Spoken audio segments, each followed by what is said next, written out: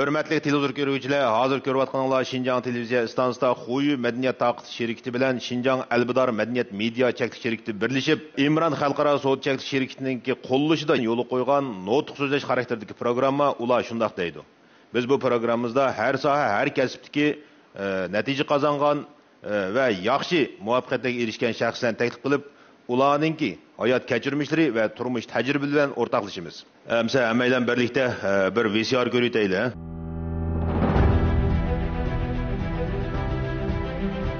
Mana bu mehribon kishi bizga ozroqmi notanish emas. U ataqliq shoir, yozuvchi, jamoat arbobi, Jungo yozuvchilar jamiyatining a'zosi, professor, yangi davr Uyg'ur adabiyotining ko'zga ko'ringan vakili, ustoz Bog'da Abdulla.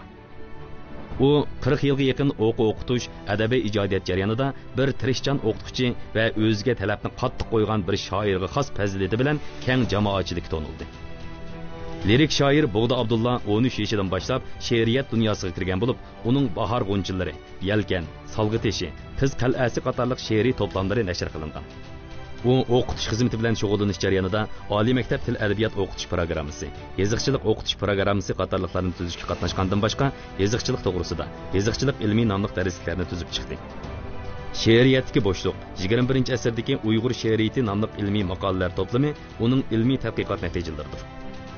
Avtorning rivoyat tusini olgan Salg'i teshi nomli dastonimi jamiyatda belgilik ta'sir qo'zg'agan. Bog'da Abdullaning she'rlari Xanzu tilidan boshqa rus, qozoq, o'zbek tillariga tarjima qilinib, shu tillarda chiqadigan jurnallarda orqa-orqadan tanishtirilgan. Uning yeziqchilik ilmiy nomli darsligi Ma'arif ministrligi tomonidan osonlik millatlar darslik asarlarini baholashda 2-darajaga, avtonom rayon bo'yicha 1-darajaga erishgan. Bugungi programmamizniki aziz mehmoni bo'lsa, Şinjan Universitetining adabiyot fanlari professori, jamoat arbobi, shundaqla ataqliq shoir, yozuvchi Bog'da Abdulla afandim. Qani qarshi olamiz, ha?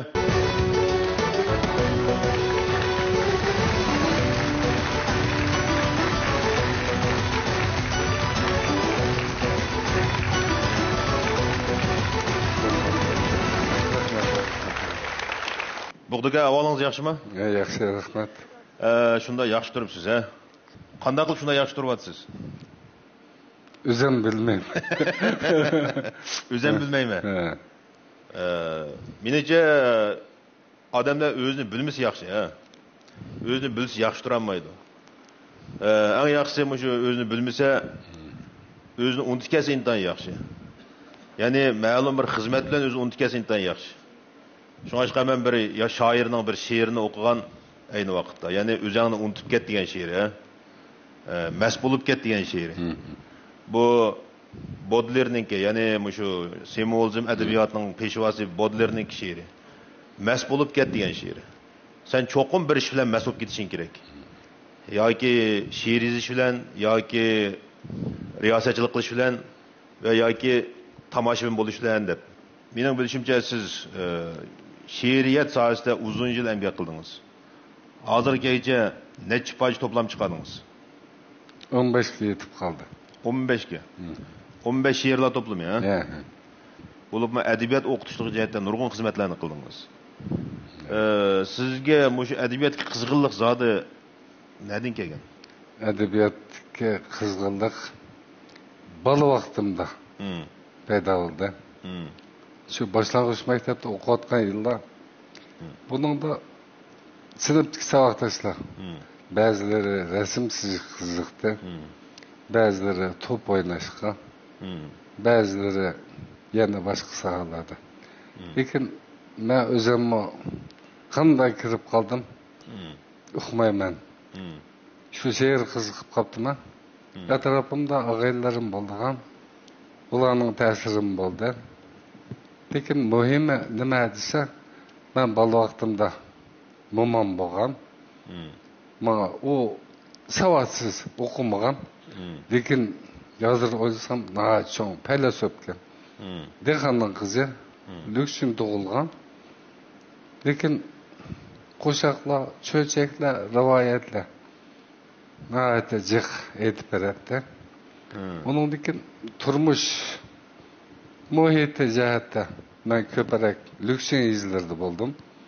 Ko'rdim.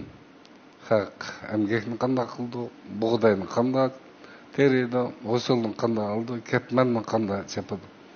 Мұшыла кейінгі уақытларда менің тұрмышқа болған көз қарышым, тұрмышны ес қылышым, үгінішімге нәті зор, иждимai асас болып қалды, ескі болды. Біздің дейхаланың ішінде нұрғылыған көміліп қалған пәйласоплар жыққы деймі? Әлбәтте. Топ тоғыра дегеніміз. Әқиқи пәйласоп біздің дейхалында.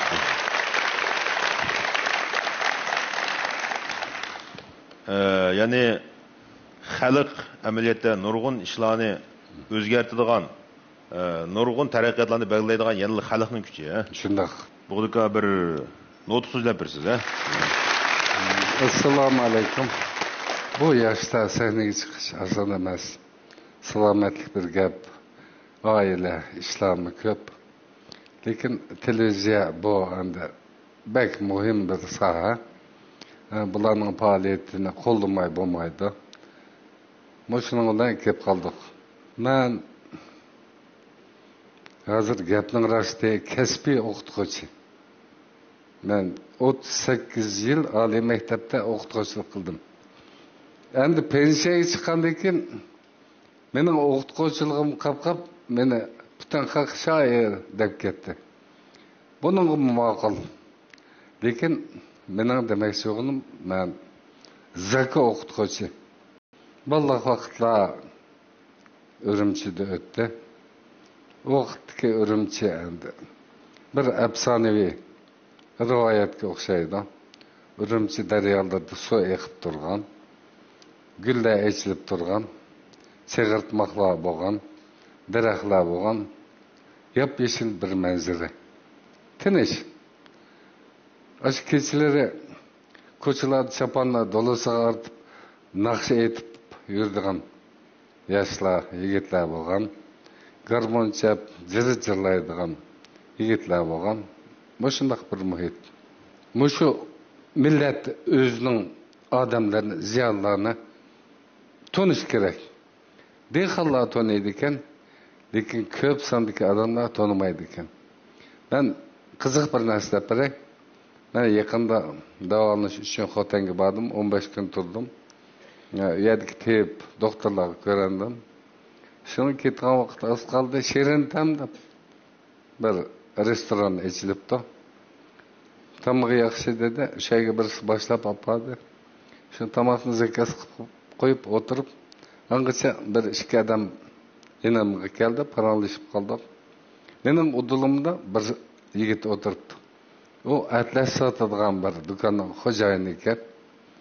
Şundan da qarab, sizlar Uyg'urchani bek yaxshi so'zlaydi ekanlar, nada o'rgangan dedi. Ko'z mushunda qoldi ekan. Lekin dehqonlar shaharga qaraganda dehqonlar aqlda qoldi ekan. Ular televizordan ko'rgan, ya anglagan, jiq vaqtlarda, avtobuslarda, yo'llarda tonib qoldim. Yevropada turgan vaqtlarda, men Yevropaga 3 qatim bordim. Bir 13 davlatni ko'rdik. Chalada tonimayman. Uyg'ur tuqqan yo'qlab chiqqan odamlar bo'ldi. Shularni tanib, salom berib ko'rishdi. Shunda bu yerda nima desa, mushu bir ong bo'lish kerak. Bir madaniyat eng bo'lish kerak. Bir adam nima qandaq desa, boshunda qarsangiz kiyimda harang sarang, yog'liqlar harang sarang, hayron qalsiz. Bir-birini dorab kiyib olgan kiyimlar, o ranglarning satligi. Bu yerda odam o'zini bilish kerak. Uning bo'yi, turqi, chiroyi, ondan keyin rang. Yevropada men hayron qoldim, yevropaliklar nima desa, bizdek nim qilmaydi ekan, mayli yosh olsun, mayli qir olsun, hammasi tantarbiya kiyimlarini chiniqishga ahamiyat berdi ekan. Yana birisi Olmuta tarafdagi Uyg'urlar nima yaxshi ekan dedi. Qanday desam, bolalarni tarbiyalashda salomni o'rgatadi ekan deb. Nima yaxshi. Kichik bola o'g'illar qizlar atatiga o'rnidan turib yuz yuvib ota-onasining qashiga kirgan salom berdi ekan. Biznikilar salom yo'q, salom bilmaydi. Xuddi tanımagan adamdek. Hissiyat, bir qarindoshlik, bir tuyg'u yo'q. Mening taklifim, o'sha nurg'un yoshlar, ota-ona bo'lgan, qiron odamlar, to'y qilmaganlar endi ota-ona bo'ldi. O'sha salomni tashlamasak. Leninning yaxshi bir so'zi bor. O'g'inish. Mavzuning ta'kidlagan o'g'inish. Shundoq men ko'zlarga diqqat qilmay kasbiy o'qitish dedim. O'sha kitob o'qib yurgan odamlar qanchalik ba'zida janob qilib qolma. Eng oldin kitobxonaga kirman. Qarsam saharda kitobxona yana ochilgan 5-10 bola aşağıda qushqashdek o'tirib kitob o'qib ketdi. Shundoq shuning bilan ularga qarab ichim serildi. Ularga oila, ota-ona o'g'adan kitob oldigan, shu ehtiyojini qamdaydigan pul iqtisod jihatda ularga qarash kerak, yordam berish kerak. Mustabid hokimiyat Uyg'urlarni o'qishga ruxsat qilmagan, yo'l qo'ymagan. Ayollar o'qisa yomon bo'ldi, erlar o'qisa palon bo'ldi. Shunday. Shuning bilan onalar savobsiz qoldi, millat savobsiz qoldi. Endi bu kunga kelganda yana o'zimizga mayli bolalarning imkoniyatini to'liqlab bermasak, ata tarix bizni dasab o'tib ketadi. Shunlashqa Uyg'ur tili, ulug' til, klassik til. Nimishga desam men bunga bir misol keltirib beray. Hanzo klassik adabiyotida Qizilroqqa tushish, Suv bo'yida degan ikki asar bo'lgan. Buni necha yil burun Uyg'urchaga tarjima qilgan bo'ldi. Shuning bizning maktabda Hanzo o'qituvchilar Uyg'urcha o'rgangan, bir umr Uyg'ur tili kasb bilan o'tgan olimlar bor.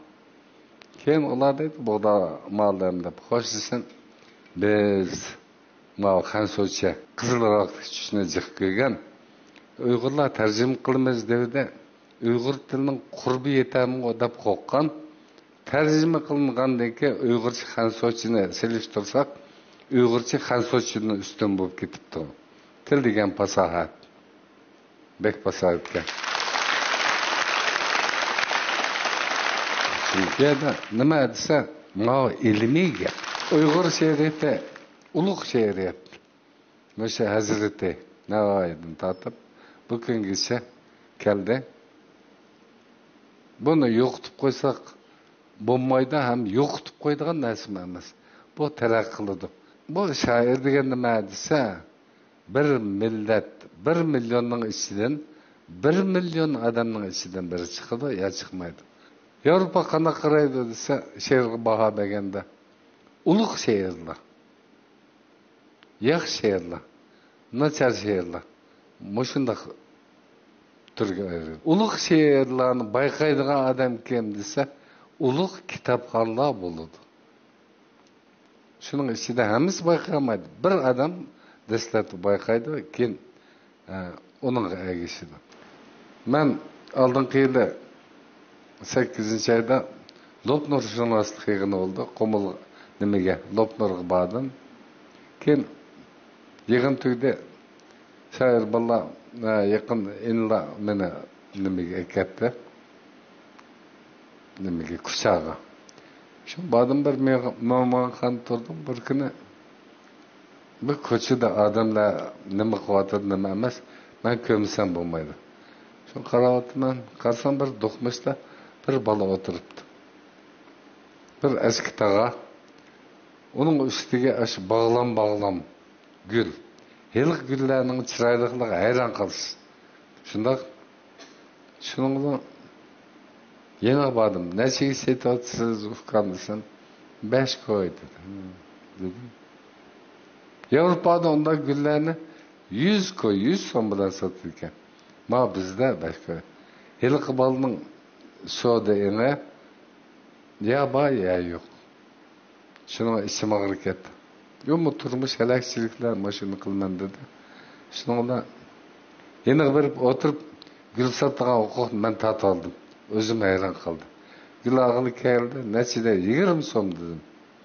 Shuning bilan 10-20 setib berdim. Keyin qarasam kelgan odamlar bak qimmat ko'rdi. Bo'g'ay 15 so'm dedim. Keyin yana birlari keldi. Aka 8 so'm bo'limiz vardı. Bir bağlan bir elan dedim. Aşında. Adamlarga qarab o'tman. Herqi gulning go'zalligini his qilganlar kelib oldi. Nurg'un odam kallada. Herqi gulni ko'rdi, aql ko'zni ko'rmay o'tdi.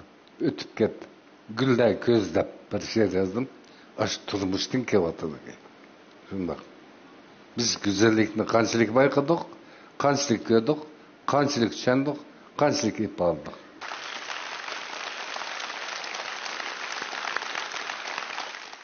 Hazır gap nima desa, mushu tarix, mushu yük avlodlarga sizlar qoldi. Mushu yükni ko'tarib mang'alaymizmi, mang'amaymizmi? Biz qanchalik tayyor turimiz, biz qanchalik ajr qilishimiz kerak? Bu yoshlarga omonat ish.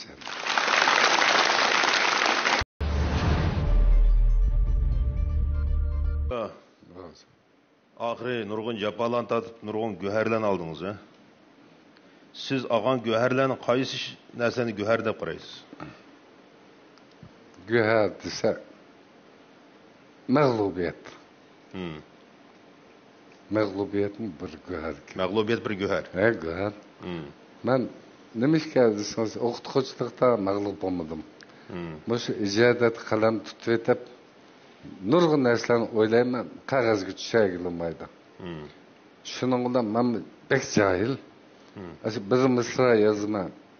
Bo'lmay qolsa yirtaman. Men shu Urumchidagi cho'nglikdagi qog'ozni yirtib tashlatdim. Uni o'qimayman. Urumchida. Bo'g'da Abdulla ustoz, yaxshimisiz? Yeshingiz 70 yoshda yetishibmi? Hamda yezqichilikni hamda qalam tashmabsiz. Bu haqiqatan hamma kishining hurmatini va qoyilligini qo'zg'aydi. Men sizdan shuni so'rab baqsam, hozirgacha qancha she'rlar to'plamingiz o'qirmanlar bilan yuz ko'rishdi. Buning ichida siz qaysi she'rlar to'plamingizni eng yoqtirsiz? Shoir degan bug'doy tergan odamga o'xshaydi ekan. Her yıl bug'doy teriydi. Bu yıl teriydi, kila yıl teriydi. Qaysi yıl tergan bug'doyim yaxshidir deb o'ylamdi, o'ylamamdi bir gap. Lekin menda bir johillik bor. Men qalam tashlamadim. Izchil. Bu nima ishga desangiz, yosh bilan she'r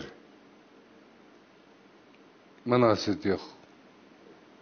Buni cho'qim bilish kerak. Yosh cho'ngib ketsa yozamaydi degan unda falsafam yo'q. Unda qonuniyatmi yo'q.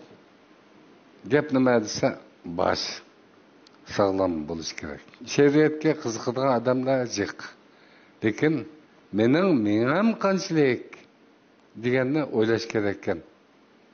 Masalan, bir sinfda 50 o'quvchi bor desa, hozir ota-onalar 50 o'quvchiga bir xil talab.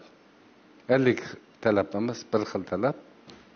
Cho'qim 100 olsan deydi. Qanday 100 oldi? Odamning mevasining echilishi gullarning echilishiga o'xshaydi. Ba'zi gullar 2-chi oyda, 3-chi oyda, 12-chi oylarda. Mening tadqiqotim, mening ko'z qarashim bo'yicha dal shunda qoldi ekan. Masalan, Amerikaning Nobel fizik mukofotiga erishgan olimi Einstein bo'lgan. Einstein bola vaqtlarda sinfda nachar o'quvchi, 4 o'quvchi deb qaralgan. Shuning bilan bir qatim uningga bir narsa yasab kelinglar deb o'qituvchi bir vazifa berdi. Bular hammasi yasaydi. Akiladi, ko'rdi. Ma yaxshi deb Einstein kelganda sen yasagan bo'lmabdi. Bundami yaramsiz narsa yasamsan dedi. Ma'qulday ketdi, azcha qat yasab akildi. Әкесі оқытқыш көріп, болмайды dedi. Desa, Einstein nima deydi? Ma'lum, siz diqqat qiling. Ma'u bugun yasag'anim tunanki qolganda yaxshimi, emasmi dedi. Hatto maktabdan chiqarib etamiz degan. Keyin nima desa, nisbiylik nazariyasida. Cho'ng bir nazariyani yaratdi. Osh maktabdan chiqarib etamiz, 4 o'quvchi degan Einsteinning kalisi ochilib, keyin dunyoni saran qiladi. Hozir osmonga, yulduzlarga qarab menayotgan harakatlar Einsteinning nisbiylik nazariyasining kuchi. Shunday. Endi siz sordingiz, men yilqi seni yazib, kitap qaysi yaxshi deganni o'ylagan emas. Nima desa, bu xuddi ko'rik yasagan injenerning xayoliga o'xshaydi. Bir ko'rikni yasab oldi, tashlab etdi, unutib ketdi, yana bir ko'rikni yasaydi. Ko'rikdan o ikkinchi qatim huzur olmaydi. Assalomu alaykum, Bo'g'doblam olim. Oltin kuniniz omon bo'lsin. Ismim Nabijon. Men adabiyot kasbining bir o'quvchisi, shundaqla bir oddiy she'riyat havaskori. Bo'listim bilan shu sizning baytaq nutqlaringizni anglab nurg'un bilimlarga shu ham aktiv energiyaga bo'ldim. Endi meningki o'zimdan beri sizdan so'rashga arzu qilib kelgan bir qancha savolim bor edi. Shu bir so'rab olsam, sizningki ayni vaqtda biz to'liqsiz o'tirib o'tayotgan darslikda, adabiyot darslikda hammamiz o'qib kelgan ana nomli she'ringiz bor. Biz uni hammamiz sevib o'qigan. Ko'pincha kishilar sizni shu she'r orqali tanigan deb o'ylayman. Shu she'rni yozgandek ayni vaqt hissiyotingiz va shu she'rningki oxir ko'rinishini, ijtimoiy oxir ko'rinishini bizga so'zlab bergan bo'lsangiz, shu vaqt hissiyotingizni anglam keldi. Rahmat sizga. Rahmat. Ana she'r bir asar 83 yılda. Bu keyin boshqalarni so'radi mendan. Ne she'r qanday yozildi dedi. Bu she'rni yozganda momamni prototip qildim. Lekin nurg'un anılarını ko'rdim. Şu Lüksin karizlarida, Turpallarda, Vadlarda, keyin To'qsinda, shunday. Bir nima desa, emgekçi. Bizden anılar emgekçi. Meyle ailede olsun, meyle cemiyette olsun, meyle etizde. Olanın yükü fevkalade eğir. Mesela şu vaxtlarda Ürümçi'de bulduk, ben balı vaktim. İnsan balı vakti da rast gelip kalganda aciz. Mesela ben şu bir aciz bala. Lekin şu meldeki hoşla anılar olgan. Olar kördü.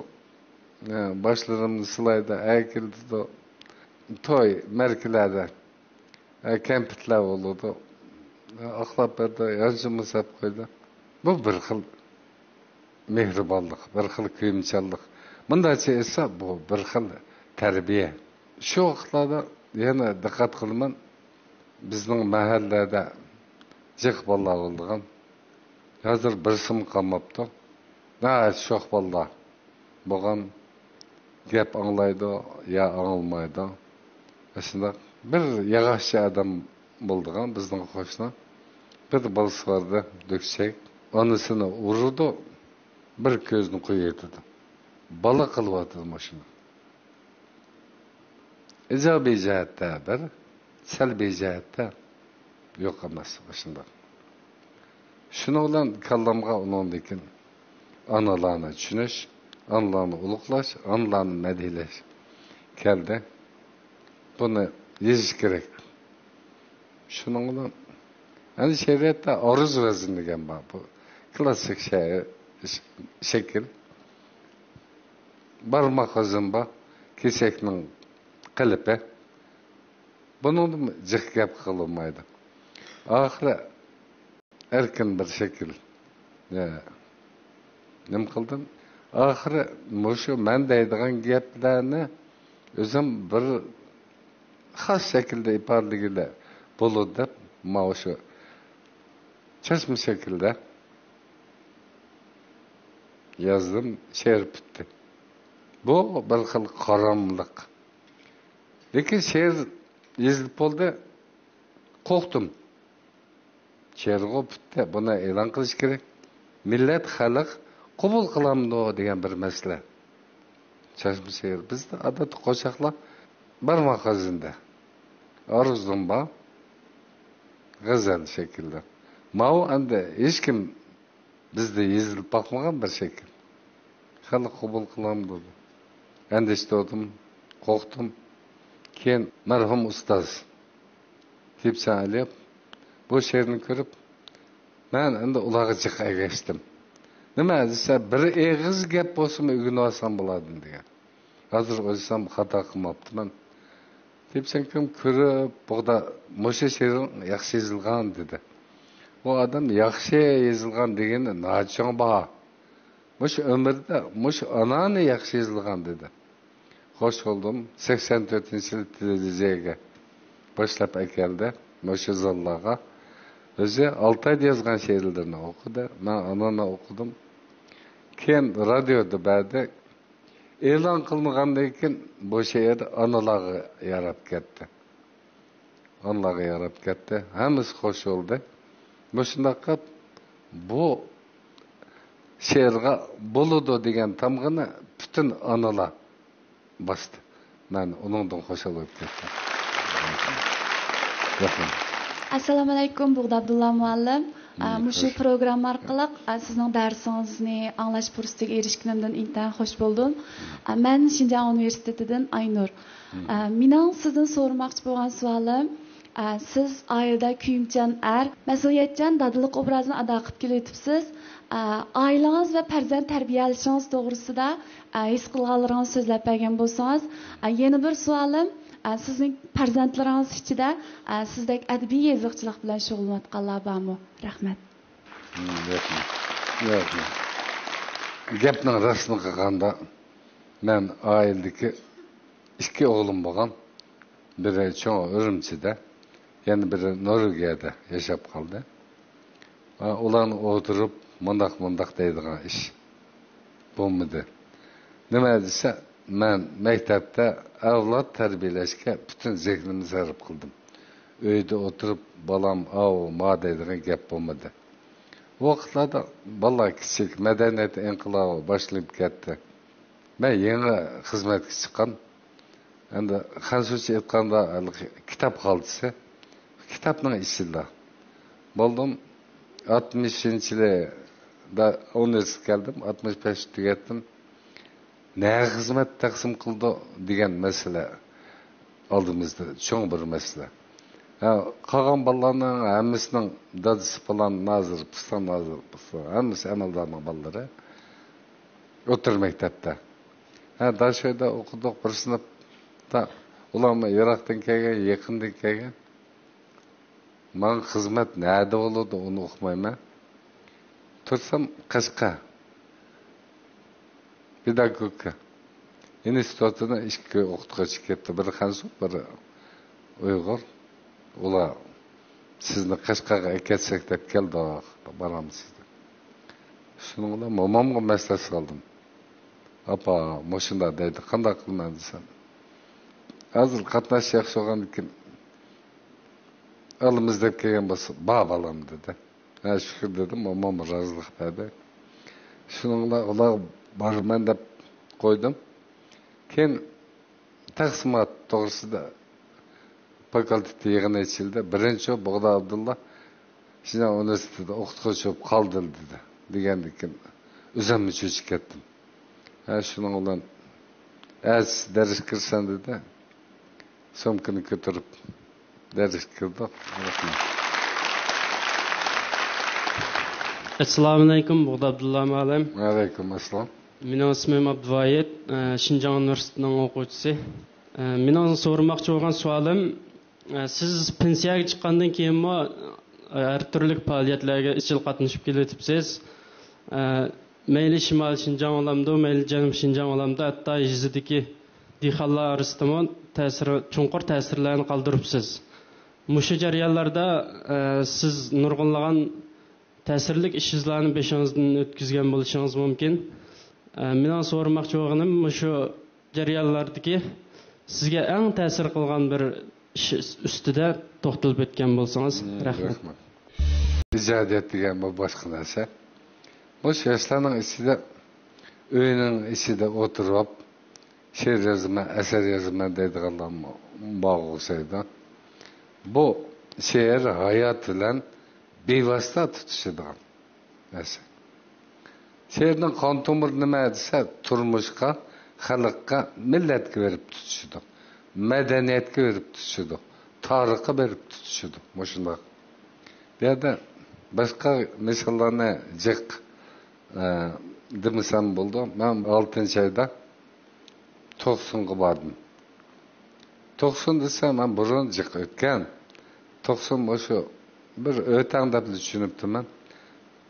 Bu yerda 90da nəhayət jiq narsa var ekan. Men necha yillar ilgari bir G'arbiy Shimol qalamkashlar yig'iniga qatnashdim. Chet ellik mehmonlarmi keldi shu yerda. Shu yerda Sherik Uyg'ur olimlarim bor ekan, ular bilan ko'rishib qoldim. Ularning tili, qadimiyat to'g'risida so'zlashdik. Shuningla ular qadimgi qo'shiqlardan birini o'qib berdi. 90 borgan ekan o'qisam, Qaratog' 90 ekan. Xo'sh oldum. Heli qo'shiqlar aşağıdan chiqqan. Ular bilan so'zlashdim. Qadimgi tillar to'g'rida. Qaynapani nima deydi desa, ular atalg'ularni, hukmlarni aynan saqlab qolgan.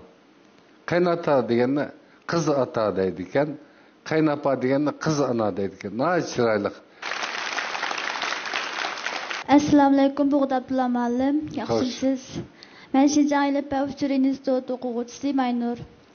Sizlar shu sahnada yuz turan turib ko'rish fursatiga erishganligimdan ham sizning nutqingizni anglaganligimdan intayin xursandman. Muallim davrning taraqqiy qilishi, kishilik aloqaninki taraqqiy qilishiga ergashib, kishilarda kitob o'qish, she'r o'qish qizg'inligi suslab ketyapti. Siz bu shu she'riyatninki bundan keyingi taraqqiyotga qanday qaraysiz? Bu shaxs so'zlab bergan bo'lsangiz rahmat.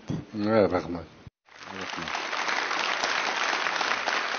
Böyle bütün bir şehriyet noktasına alganda Uyghur şehriyeti çekinmedi. Terakkivatıdı. Terakkivatılı emas, dünya şehriyeti bilen tenk etivatıdı. Memleket. Memleket bilen tenk etivatıdı. Dünya şehriyetinin işip ketti desin bolu. Mena deginim hata emas. Nemişke desiniz? Bu şehriyet, turmuş dedim, arkeologiya dedim, rivayet dedim. Rivayet mi? Nəhayət qaltış narsa. Endi bu terakki qilib nega var dediyse, bizim şehriyetimiz osmonga chiqyapti.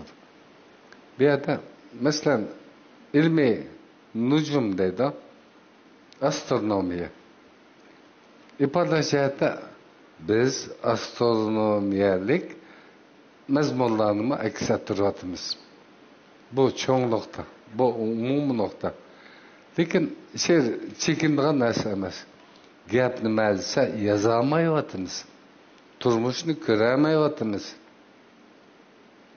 Go'ar yotidi sayda, tunimasang na payda. Nəhayət yaxshi gap. 4-cü ayının 23'i Xalqaro kitap okuş günü. Neşriatlar faaliyet uyuşturdu, imza koymadıgan. Şunun da kitapxonada bulduk. Bir gün erteden kechki imza koymadık. Vallahi nurg'un narsalarni keldi. Kitaplarni qo'l qo'yib imza qo'yapmiz. Ondan keyin xotir daftarlarni keldi. Onunla imza koymadım. Fakat yardım çıkmaydı. 2 bala. Pulu yok kitap aldığım. Bir varaktan kağızını götürüp geldi. Boşluğa imza koymadığımda. İçim bek ağırıp gitti. Koymadım. Ne dese kızgınlık. Endi adam buldu dese, helik kitaplarını imzo qo'yganlari bir gap. Ma 2 baladan adam chiqdi. 2014'te şehriyet müşahire oldu. Cenab-ı Qadık, Uyaygadık. Nurgan yerlerde olduk. Yadım o yığındaki imza koypırdıgan iş oldu. Hatırlarga imza koyduk. Bir çağa qarsam bir küçük bala ketdi. 8 yaşında buluş gerek. Yengini içip buğda malım ma belkimge imza koypırdım. Belki imza koypadım. Ne tesirlik bir konuş. Birisi tanterbiye kiyimiken Müsa'ya imza koypırdım. Onun koypadım. Yendikiler sen bu çapanını yuvarsan bu imza çıkıp gitti dedi ya kat'i yumayman dedi. Nima desa, Moşunun özü şiir etkine nispeten kızıkış ve ümit. Assalamu alaikum Abdullah muallim. Wa alaikum assalam. Eng oldi bilan sizningki mush program orqali bizdagi yoshlarga oz bo'lmagan bilimlarni berganligingizga ko'pdan ko'p rahmat aytaman. Men hamda o'zim Xinjiang universitetidan ismim Adiljon. Siz mushu 40 yilga yaqin o'qituvchilik hayotingizda bizning Uyg'ur adabiyotimizningki taraqqiyot uchun oz bo'lmagan to'plarni qo'shgan to'pkor ustoz. Hamda mush jarayonda menmi hamda 6 yil bo'ldi adabiyot kasbida o'qiyotgani. Özümü az to'la ijodiyat bilan shug'ullanib kelyapman. Hamda mush ijodiyat bilan shug'ullanish jarayonida bir qator savollar kallamda shakllanganda men shu savollarni sizdan bir so'rab bir ayrimlashtirib olgan bo'lsam. Ya'ni birinchidan masalan mush ijodiyat bilan shug'ullangan vaqtimizda qanday qilib yoziqchilik iqtidorimizni o'stira olamiz? Ya'ni shu yoziqchilik iqtidorimizni o'stirish uchun qaysi nuqtalarga ko'proq diqqat qilsak bo'ldi? Mush savolga bir javob bergan bo'lsizmi? Rahmat. Rahmat. Yazıqçılıqның başlanışı məşq bilan başlandı. Məşq degan gap bor. Şu yazımız, mağlup bulumuz, yazımız, mağlup bulumuz bu nayet qattiq bir jarayon. Nayet çoğ bir ötken. Muşunu ötkendan keyin amdın resmi ijodiyat. Ijodiyat degan nima? Hozir endi men so'zlamak istedim, unutib ketibdiman. İcadiyat degani Yevropada original deydi. Original degan nima? Yangi degan gap. Yangi degan nima? Ana fikr degan gap. Ana fikr degan nima? Hech kim demagan, hech kim o'ylamagan, hech kim hal qilmagan narsa. Bu shunday. Hozir men Andisonda hamma jurnal gazetlarni qaraman. Bir xil tushkunlik bor. Bo'libmi yoshlarda muhabbat to'g'risida. Bir qizni yaxshi ko'rib qoldim deydi. Men u oldi, bu oldi. Oxir meni tashlab ketdi. Men endi menga turmush harom. Men yashashni xohlamayman. Bu butunlay saxta, yolg'on gap.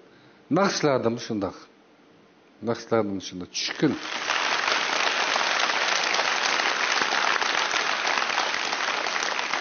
Şunlaşka sizlerden iltimas. Muşundaq bema'ni, logikasiz, ahmiqona, tarbiya ahamiyati yo'q naqshlarni cho'qim cheklaydi. Mazmun ruh olsun. O'g'illar deganda bir ruh olmamda, uni ro'yini aytganda. Shundaq. Umidvor bo'lish kerak.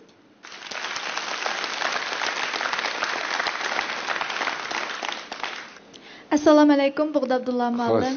Yaxshimisiz? Men Xinjiang universitetining adabiyot kasbining o'quvchisi Mehrigul Mahmud. Sizdan so'ramoqchi bo'lganim, insonlarning tafakkur yo'linishi, tafakkurni qanday cheniqtirishi, shundaqla tafakkur doirasining o'xshamasligiga asosan shaylarga bo'lgan konkret yoki abstrakt tunishi o'xshash bo'lmaydi deb qarayman. Sizning hayotingizda she'r nimadan darak berdi? Mushaq so'zlab bergan bo'lsangiz, rahmat. Yaxshi savol. Endi hayotga nisbatan aytganda bolalar vaqtimda yo'g'akda tekkan kesam. Men she'rni nurg'un yillar qo'g'ildim. Mag'lubiyat. She'r tutuq bo'lmaydigan narsa ekan. Hozirmi she'r qachonda men qo'g'ilyapman. Shu qo'g'ilasa odam she'rga aylanib ketgan, she'r odamga aylanib ketgan. Undaq deganim hozir endi men mecburi bir narsa yazay deydigan xayolda emas. Lekin temalar meni to'xtatmaydi. Ishqillarni chekib turdi, yazdi. Bu yerda she'r to'g'risida yaxshi bir savol so'radingiz. Bu yerda O'zbekistonning atoqli shoiri Rahmatulloh Ataqo'zi degan bir büyük şair bo'lgan. Uning bir necha she'rlari bor, yoshlar to'g'riliq. Bir she'rda quyosh deb mavzu qo'ygan. Nima deydi o desa, bir yosh shoir she'r yozib, o'zining taxallusini quyosh deb qo'yibdi. Bir o'qib boqay deb o'qisam, bu she'rda chiqayotgan nur Şamning nuridek mu emas deydi. O shoir quyosh deb taxallus qo'yibdi. She'rlari shamchilik emas deydi. Bu yerda yana bir narsa taxalluslar to'g'risida hayron sayron. Cho'ng taxalluslar. Hayron qolman. Shundoq. Shu taxallusni ko'taralaydigan menda mo'ri bormi? Vujud bormi deganni o'ylashdimi, o'ylashmadi. Shundoq.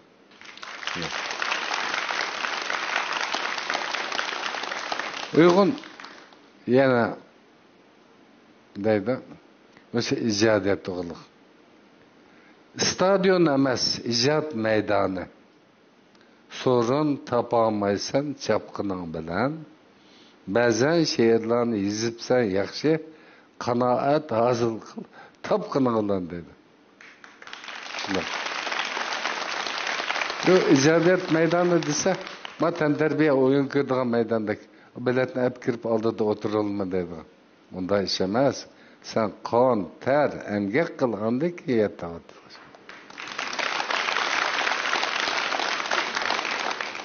Bo'g'diqamningki she'riyat haqidagi bayonlari menimcha bizniki shu adabiyot bilan shug'ullanayotgan havaskorlarga nurg'un ilhomlarni berdi deb o'ylayman. Shuna birga ularga tirishish nuqtasini ko'rsatib berdi. Jumladan menmo Bo'g'diqamning so'zlaridan nurg'un ilhomlarni oldim. Men fikrlarga keldim. Shunga Bo'g'di Abdulla apandimningki bugungi o'z hayot kechirmishlari she'riyat haqidagi nuqtai nazarlarininki bizning yoshlarimizningki o'ylanish va tafakkurni yangicha nuqtaga yetaklashini umid qilamiz. Ko'pchilik rahmat, kelar soni ko'rishaylik.